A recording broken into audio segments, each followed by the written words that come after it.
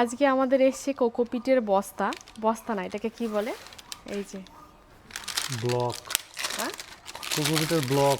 Block, কোকোপিটের block চলে এসছে। তার আগে থেকে এই যে এখানে কি বানাচ্ছিল, এই যে এটা হচ্ছে 24 ইঞ্চি না, 24 ইঞ্চির একটা কি বলে এটা, গ্রো ব্যাগ। গ্রো ব্যাগ, হ্যাঁ মনেই আসছে না।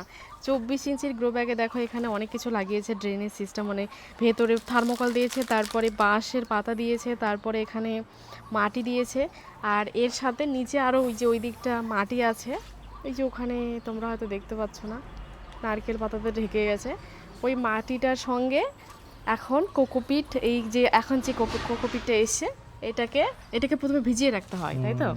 ভিজিয়ে টিজিয়ে রেখে তারপরে এটাকে ফুলে যাবে অনেকটা। এটা টোটাল এখানে কত কেজি আছে? 5 কেজি। এখানে আছে টোটাল 5 কেজি। তো এটাকে ভিজিয়ে রাখার পরে অনেকটা ফুলে যাবে। অনেকটা যখন ফুলে যাবে, এটাকে পুরো একটা দিন ভিজিয়ে রাখতে হবে না, কিছুদিন, মানে কিছুক্ষণ রাখলে হয়ে যাবে, 1-1.5 ঘন্টা, তাই তো? হ্যাঁ, মানে 1-2 ঘন্টার মতো ভিজিয়ে রাখার পরে, মেবি আমিও তো প্রথম। হ্যাঁ মানে আমার বড় প্রথম।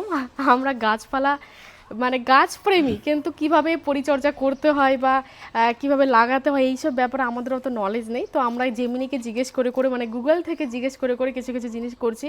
প্রথম প্রথম আমার বর আমি দুজনেই খুব মজা লাগছে। আমি হচ্ছে ফুলের গাছপ্রেমী, ও হচ্ছে ফলের গাছপ্রেমী। তো সব ধরনের গাছই আমরা লাগাবো, আস্তে আস্তে তোমরা সব কিছু দেখতে পেয়ে যাবে।